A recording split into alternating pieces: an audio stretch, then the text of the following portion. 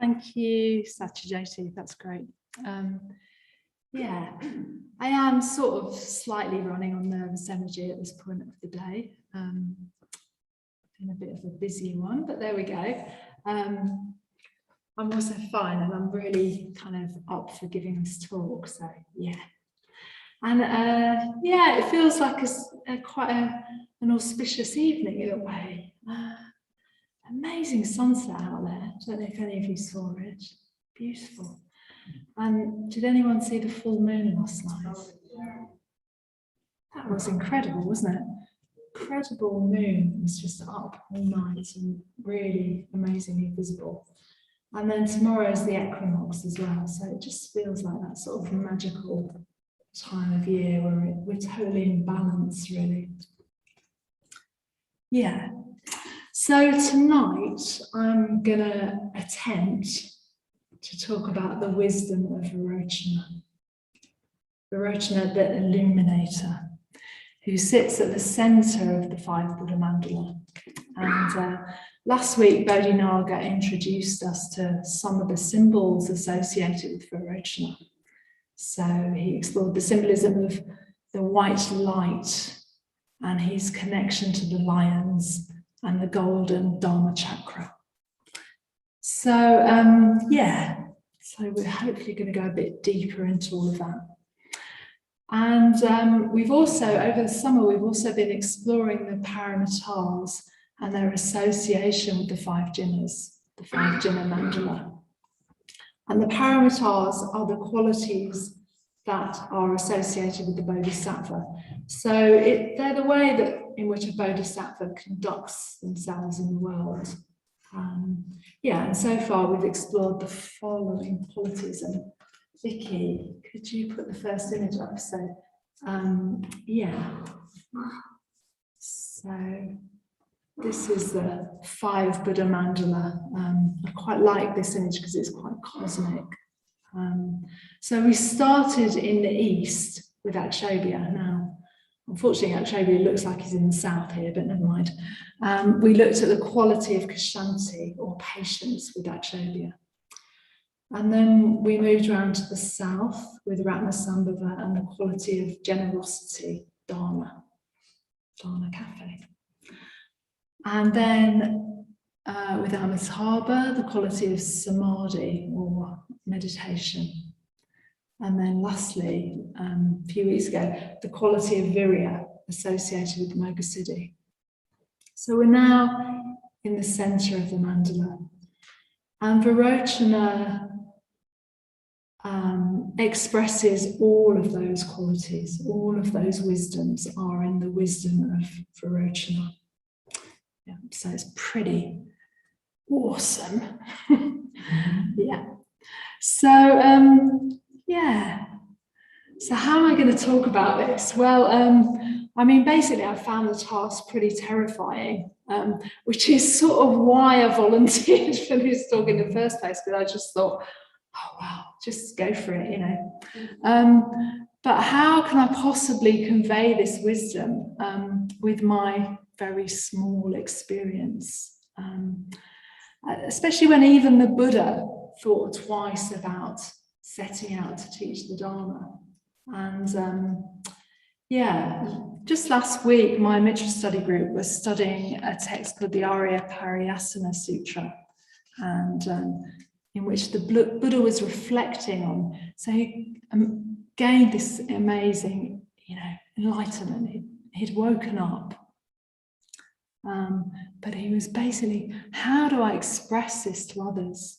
And he says, this Dharma that I have attained is deep. It's hard to see. It's hard to realize. It's peaceful, sublime, beyond the scope of words and reason. It's subtle, to be experienced by the wise. But this generation delights in worldly attachment, is excited by worldly attachment, and rejoices in worldly attachment. For a generation delighting in worldly attachment, this conditionality and conditioned co-production are hard to see. And if I were to teach this Dharma, others would not understand.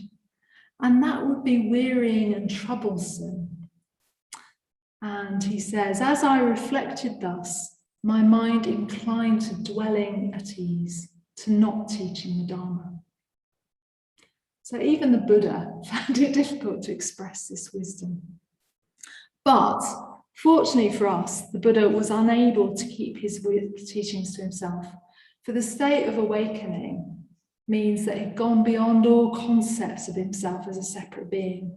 And he was in the natural, spontaneous, completely unselfish state of enlightenment, which meant that, of course, you know, he was compelled to teach the Dharma, really.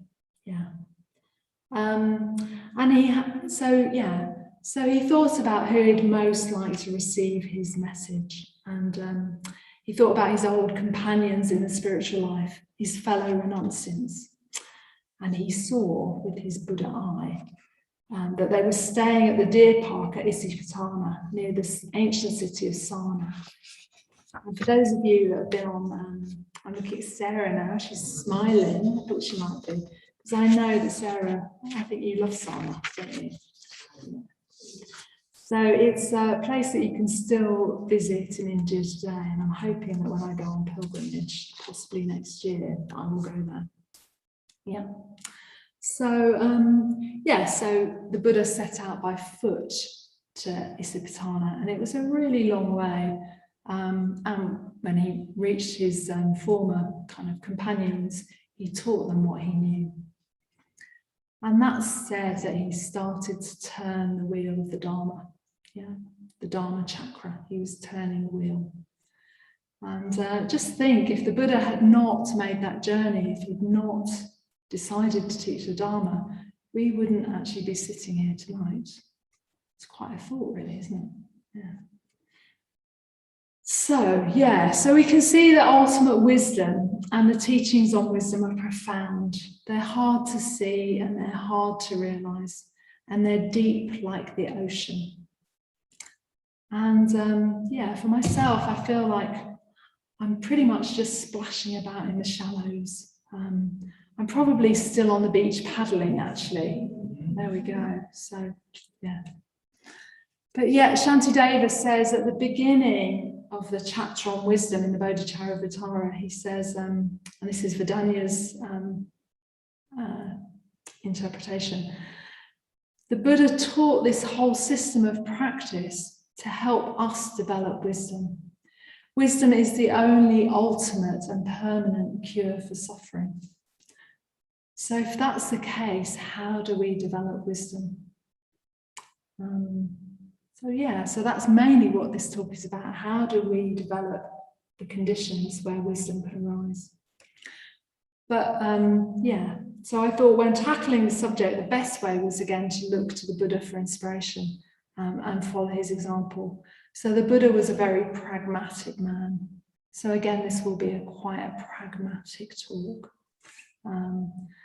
All his teachings were designed to help us to awaken. Okay.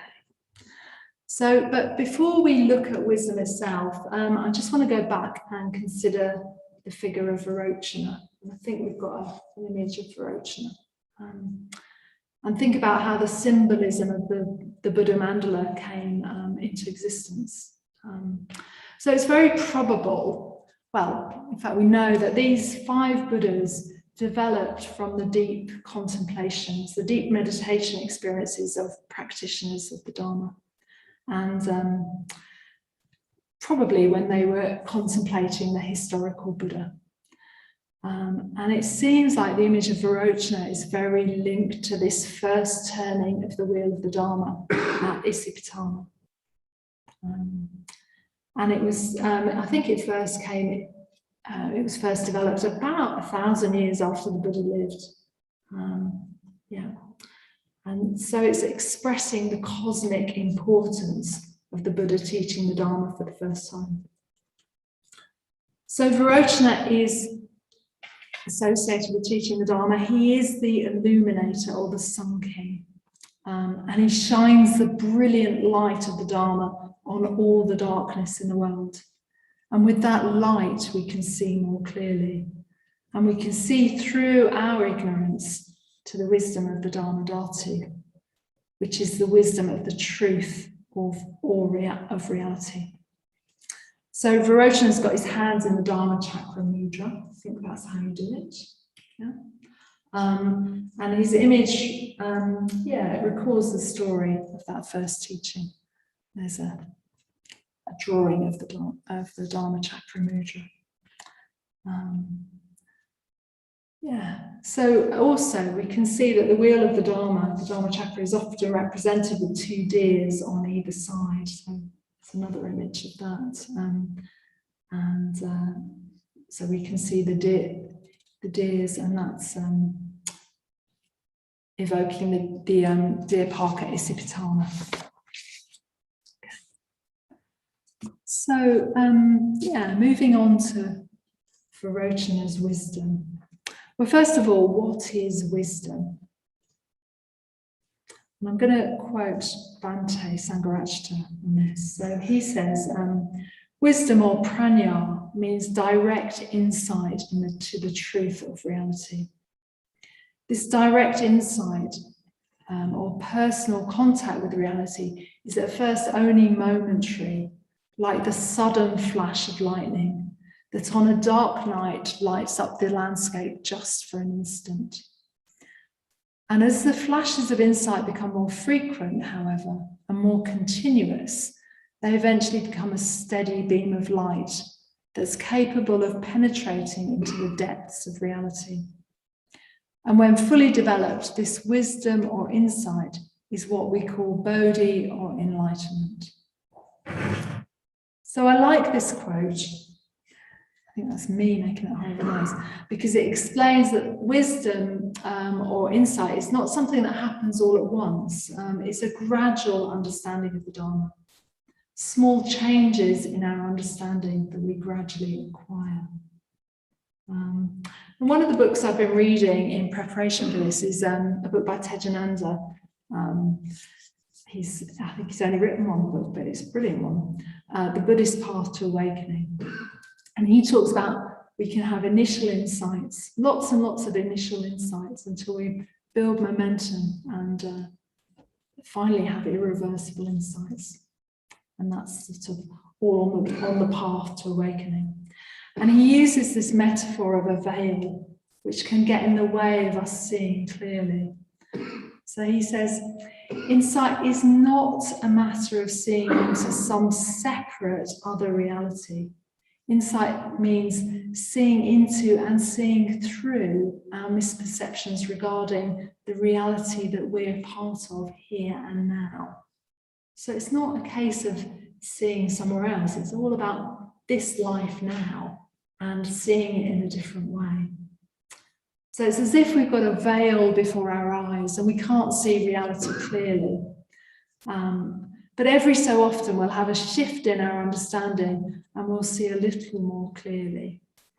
And this is like the veil becoming thinner and thinner, more transparent. And eventually our insights will create holes in this veil, lots of little holes. And finally those holes will join up and the veil will just fall apart. It becomes so flimsy it just drops away. Yeah, so I really like that metaphor. It just seems, and Tejananda explains it very, very well, actually. But another quality of wisdom is that it's not just an intellectual understanding of the subject. Although using our cognitive skills, our intellect is very important, it's not just that. And Sangharajta says it's really important to understand that it's an emotional response as well. We need to truly know with all aspects of our being, with our heart and our body, as well as our mind. So Bhante says, we find it easy simply to understand, but to put into practice even a little of this knowledge and make it operative in our lives, this we find very difficult indeed. We know it theoretically, intellectually and abstractly, but we're not all reason. there's another part of us which is no less important than that reason. And this part is made up of our instinct, of our emotion and volitions, and it's more unconscious than conscious. And this wider, deeper part of us is not touched at all by our rational or intellectual knowledge, but it goes its own way, as if it's dragging the mental part along with it. So this is saying the same thing as the idea of the rider and the horse that we meet on the beginner's course. Yeah? Our conscious rational mind thinks it's in charge, but actually there's other unconscious forces at play, and they're just as influential, and we need to get them on board. Yeah. So we've seen that usually we'll acquire wisdom gradually, and occasionally we'll have these flashes of insight into the way things are. And they challenge our old ways of thinking. And at these times, we might say that a spiritual death has occurred. We're no longer the person that we used to be. We're seeing the world, we're seeing our experience in a different way. Okay. So wisdom is also talked about as transforming the poison or the klesha of ignorance, or moha. And moha is traditionally represented by a pig. So I think we've got an image of the three poisons, the three kleshas that drive the wheel of life. They're rotating the wheel of life. So they are the pig, ignorance or delusion, the cockerel, craving, and the snake, hatred. So, I mean, I love pigs. They're great creatures, but tonight, pigs represent ignorance, okay? So pigs snuffle around in the dirt, and they're very short-sighted. And typically their ears kind of flop over their eyes. And so I guess we could say they don't see clearly. They don't see clearly. Yeah. And typically moha, this state of moha, describes a state where humans cling on to what's familiar and they resist change. So they're content to live with what they're familiar with, even if that means it's unpleasant. Yeah, so I think we all know that, you know, where we just don't want to change, it's just painful and we'd rather stay where we are, thank you very much, because quite frankly, it's scary over there and I just want to be here, where I'm comfortable. So Bhante also tells a story in his book on the Vairocana Desha, and it's the story of the woman who sold fish. And every week she went to market to sell her fish. But one day she was too late at the market to make her way home. So she stayed overnight, and she stayed with a friend who sold flowers. And she spent the night in the florist shop, surrounded by the beautiful fragrance of the flowers. Hundreds of blooming flowers, but the beautiful smell was too much for her. It was too refined, too lovely, and too beautiful, and she couldn't sleep. So in order to sleep, she had to put her head inside her fish basket. And once she did that, so with its stinky, fishy smell, but then once she did that, she could fall asleep. So for this woman, it was too much for her to make that immediate leap from the stinky fish to the beautiful flowers. She needed a smaller intermediate step.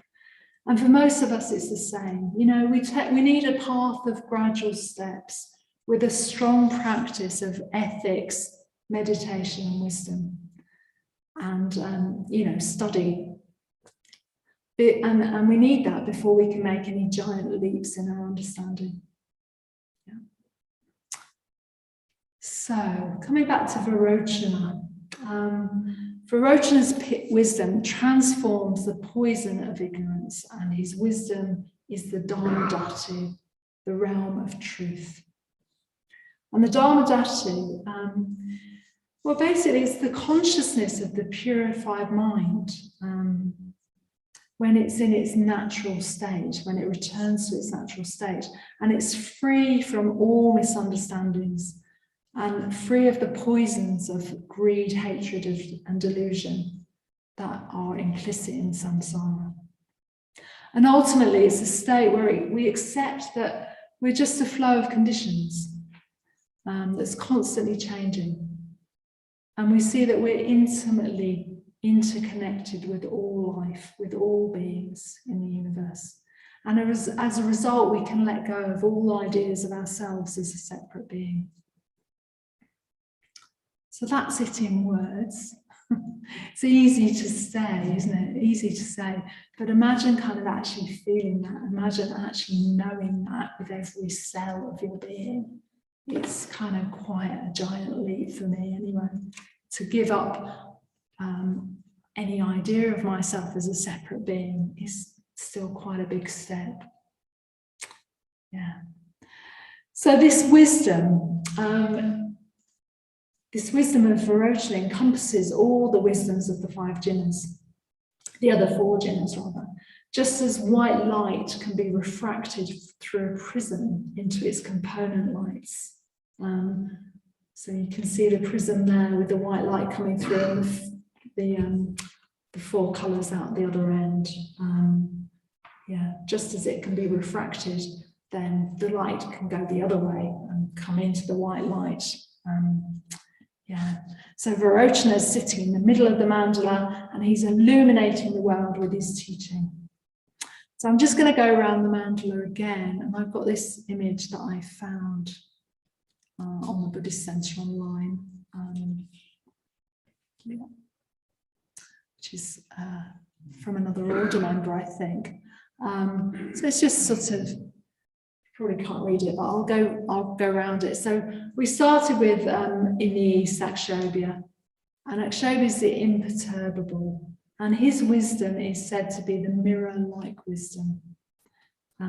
So in Akshobhya's realm, his wisdom reflects the world back to us exactly as it is. And his is the realm of the mind and concept, and intellectual understanding. And Akshobhya's wisdom overcomes the poison of hatred.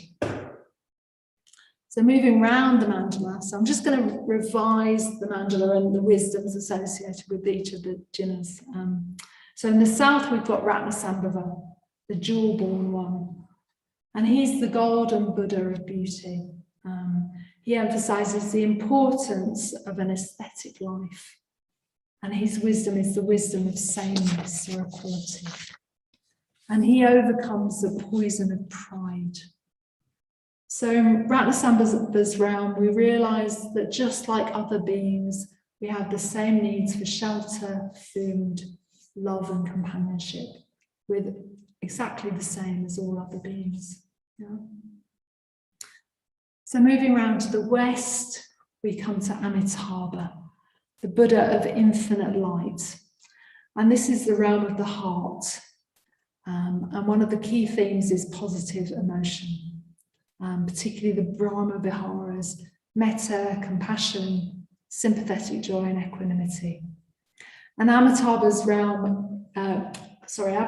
wisdom is the discriminating wisdom, or the wisdom of uniqueness. So in Amitabha's realm, we see the beautiful uniqueness of everything. Every living thing and every moment becomes special. And we see how people are unique and beautiful in their uniqueness. Yeah. And then lastly, well, not lastly, certainly not leastly, we've got Amoghasiddhi in the north. And he's the deep green Buddha, and his name means unobstructed success. So this is the realm of activity, and particularly how we act in the world. So this is the realm of ethics and virya, and especially the spirit of altruism of the Bodhisattva. And Amoghasiddhi's wisdom is the all-accomplishing wisdom. It's said to overcome the poison of envy. Okay, so that's a quick overview of what we've been doing all summer, really. And now we're in the centre of the mandala, and we've got all the wisdoms coming in, encompassed in the wisdom of the Dharma Dhatu. So how do we develop wisdom? How do we get there? How do we get to that centre of the mandala? So again, Tejananda says, we can't make insight arise. We can't magic it up. What we can do is cultivate the conditions that make it more likely to arise. And it's like constructing a lightning conductor. The conductor does not make lightning strike, but if we put one up, sooner or later it probably will be struck. So what conditions are going to help us to become wise? So I've already said we need to train in the threefold path of ethics, meditation, and wisdom. And we can't really neglect any of them. We need to do all three at the same time. So it's not like for a while we do ethics, 1 year we do ethics, the next year we do meditation, and then we move on to wisdom. It doesn't really work like that. We've got to have all three going at the same time. If we behave ethically, then actually we're more likely to find we have deeper and clearer meditations. And if our mind is clearer and more settled, it's going to be more settled and more receptive to the teachings that we hear. So we're going to have a clearer understanding of the teachings. And if we have a clearer understanding of the teachings, that's likely to affect our actions. So we've got this sort of circular, creative, circular wheel of how it's all working, really. And generally, the more intensely we practice, the more progress we will make.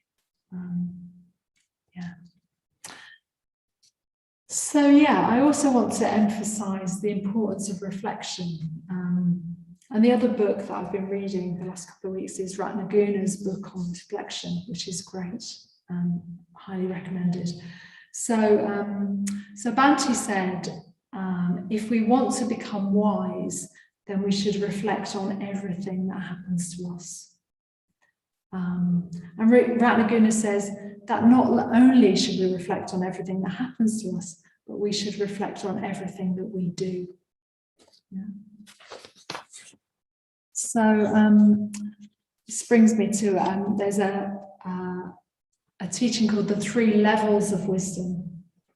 And so the first level of wisdom, so it's sort of moving sort of up the hierarchy, I suppose. So the first level of wisdom is wisdom through listening. So that's, I think it's Shruti Mai Pranya. Just looking at people to give me a nod. I think so. So this level of wisdom represents learning from the wise, learning from our teachers.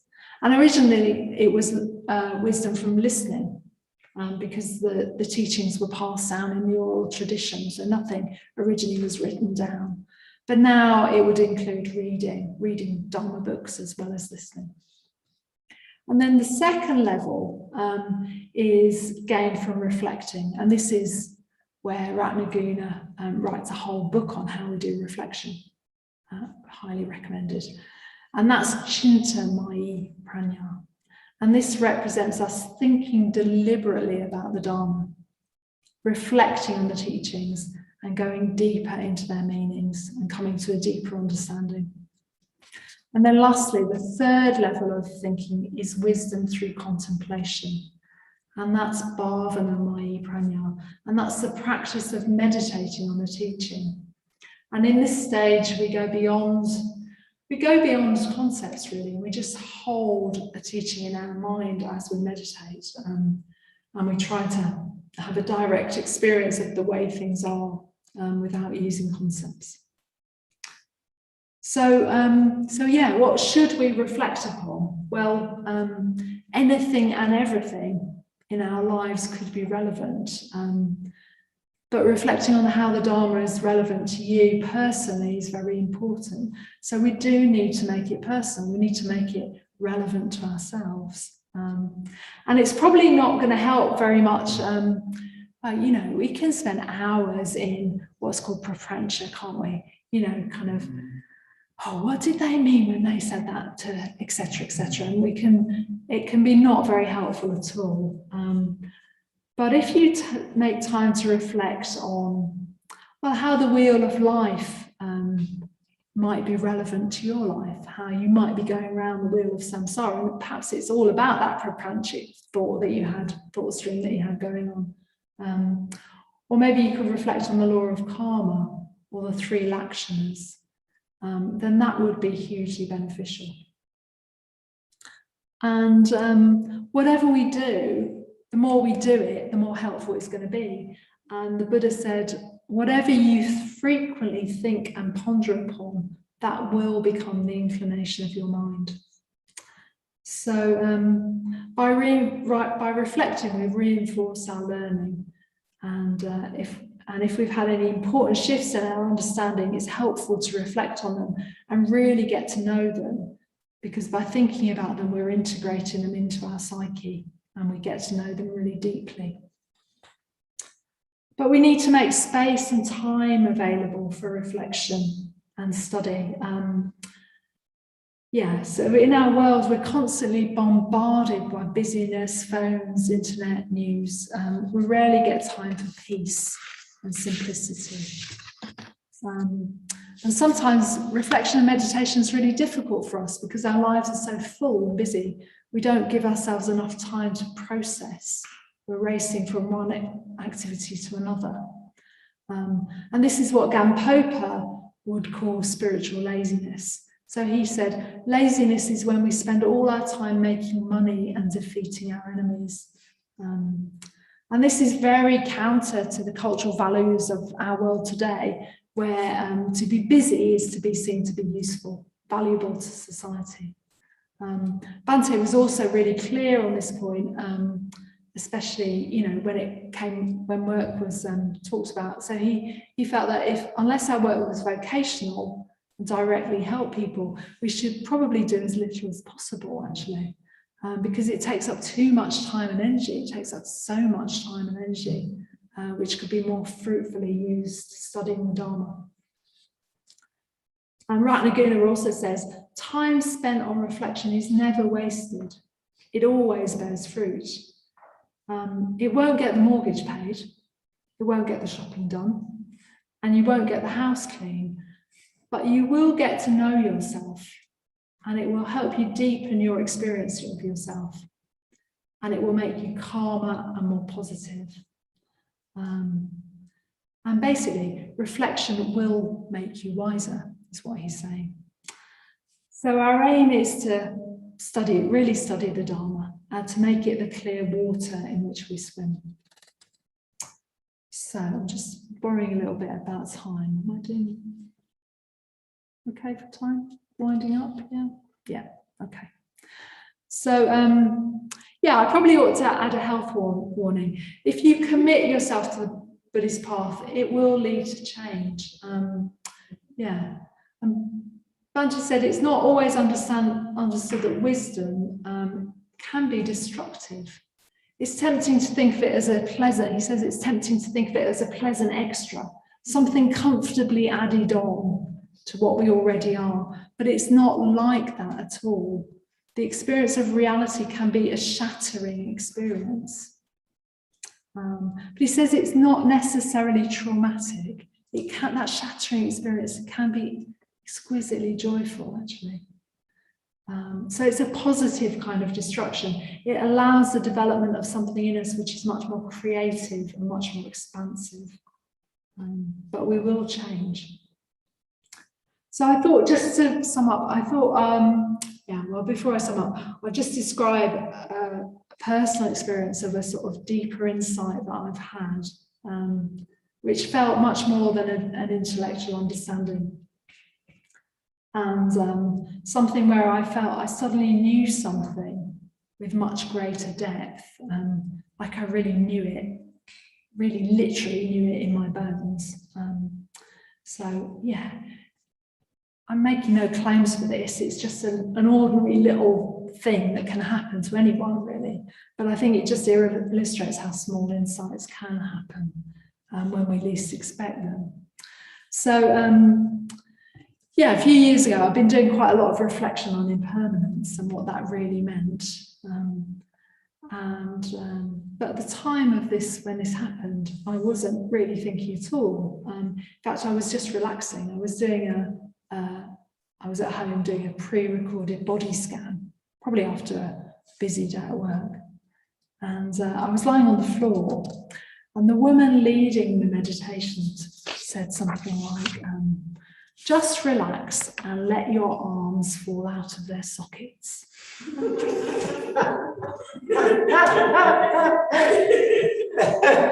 I thought, wow.